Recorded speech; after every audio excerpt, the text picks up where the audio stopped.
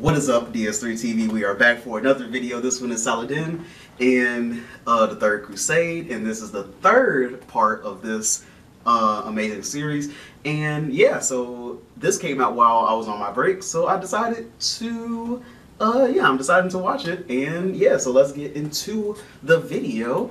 And yeah, let's get into it. Also, subscribe to the channel. I want to get 1,000 subscribers by Valentine's Day. And also, comment down below videos that you want me to react to.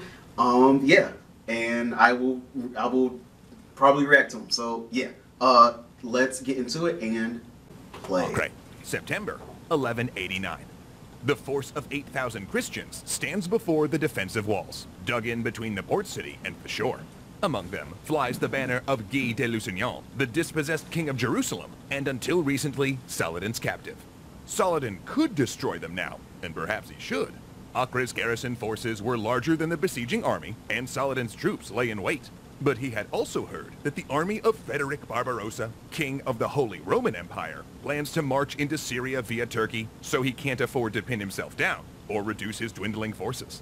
Then he sees dots on the horizon. Ships. All along the sea, reinforcements from France, Germany, and Italy. He attacks, but the window for an easy victory has been lost, and the struggle for Acre will be one of the bloodiest engagements of Saladin's career, and the opening battle of the Third Crusade.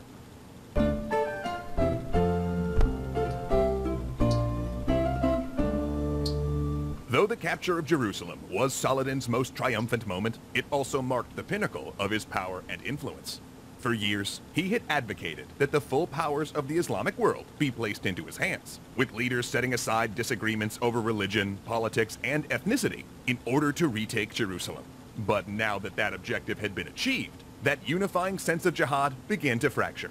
Old rivalries and differences re-emerged, along with a new concern that Saladin and his Ayyubid dynasty was becoming a bit too powerful. Troops began trickling back to their original rulers, with many never coming back. And just as this Islamic coalition began to splinter, Europe united under a new crusade. In the near century since the First Crusade, support for crusading efforts had ebbed and flowed. European kings might send money, but they only rallied to go to the Holy Land personally during times of obvious crisis. And the disaster at Hattin, the loss of the true cross, and the capture of Jerusalem was one heck of a big rallying cry. This crusade, however, was different than previous ones. The recruitment message was much more coordinated via the church, the goals more clear. In fact, a new vernacular developed around the effort.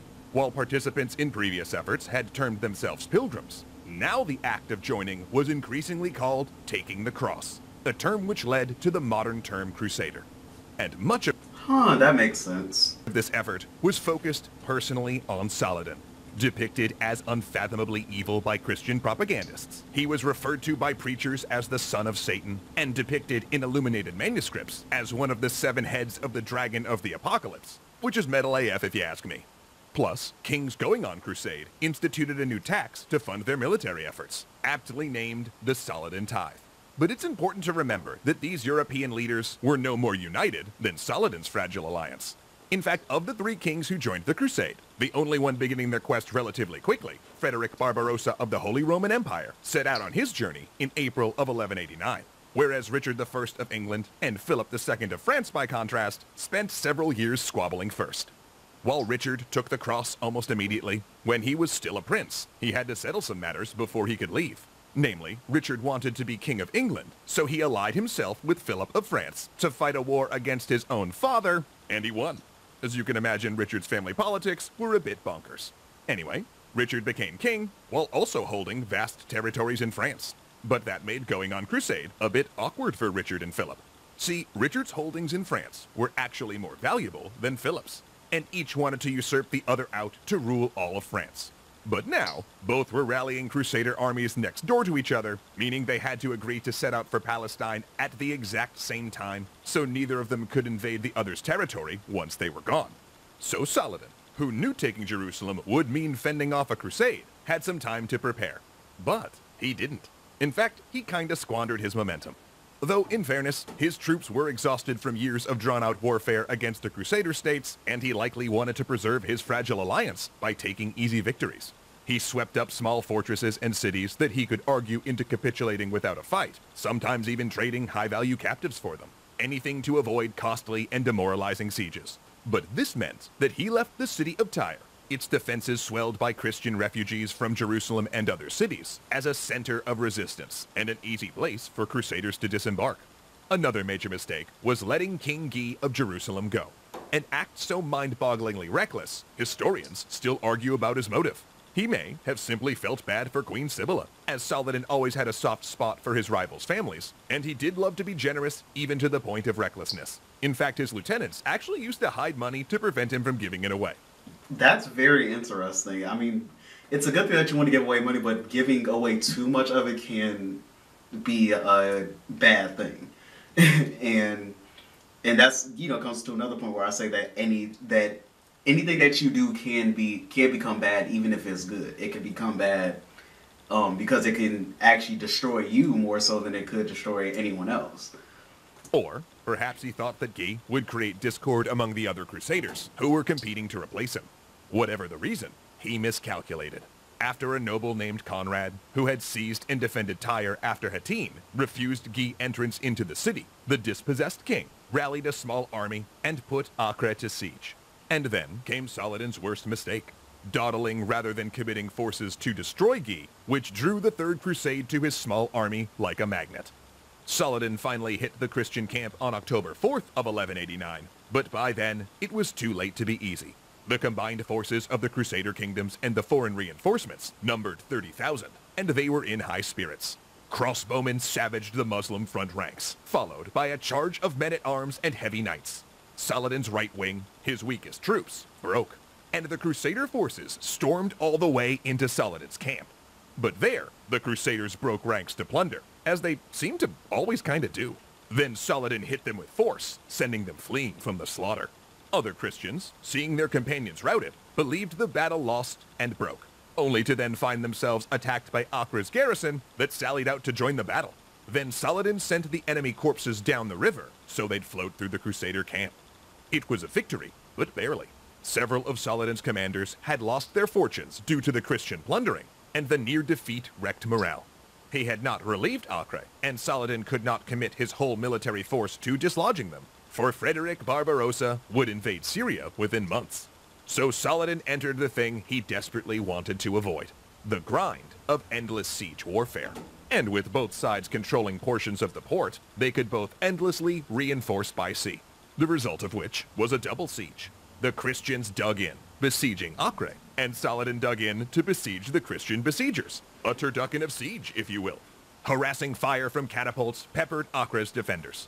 Crusader barges with tall siege engines rode into port as floating artillery platforms, until Saladin's own siege engines burned them down with pots of incendiary Greek fire. Both sides captured men and tortured them within view of the enemy, and the besiegers used anything, including human bodies, to fill in the defensive trenches before Acre. Whatever was thrown in, the Muslim defenders had to pull out. When the Christians did breach the wall, the garrison would sally out to fight the besiegers, while engineers in the city hastily repaired the damage. Saladin's only stroke of luck came in June of 1190, when he received word that Frederick Barbarossa had been thrown from his horse while crossing a river in Anatolia, and the German king drowned in his heavy armor, leaving his contingent leaderless and racked with disease. And while a few managed to arrive at Acre, they did so just in time to suffer through one of the worst winters Palestine had seen in decades. Their food so short, the Crusaders ate pack animals, and possibly even human corpses. And then, 18 months into the siege, Richard and Philip arrived, and things changed. Because they brought with them enormous catapults named... Wait, no, really? Named Bad Neighbor and God's Own Catapult. Oh, I'm loving this. These are some actually amazing names. I'm not gonna say that these are bad names. These are pretty good names. So expensive were they to maintain that a priest had to stand by them during their operation, praying and asking for donations to pay for repairs when they broke down or were damaged. An equally large Muslim catapult, dubbed Bad Relative, returned fire. This was a new type of siege warfare. The previous catapults could do no more than harass and injure defenders, but these named beasts knocked great holes in the defensive walls. It was clear Acre would fall. Yet something else appeared in Saladin's camp. A diplomat secretly sent by Richard without Philip's knowledge. Richard, ill with scurvy and calling on codes of chivalric honor, asked for a gift of fruit and ice, and he suggested they meet for talks. Saladin, ever hospitable to enemies, sent the requested peaches, dates, figs, and ice, along with a message. No meeting. Not until they had a peaceful truce. For if the kings met as friends, then later fought, it would bring dishonor on both of them.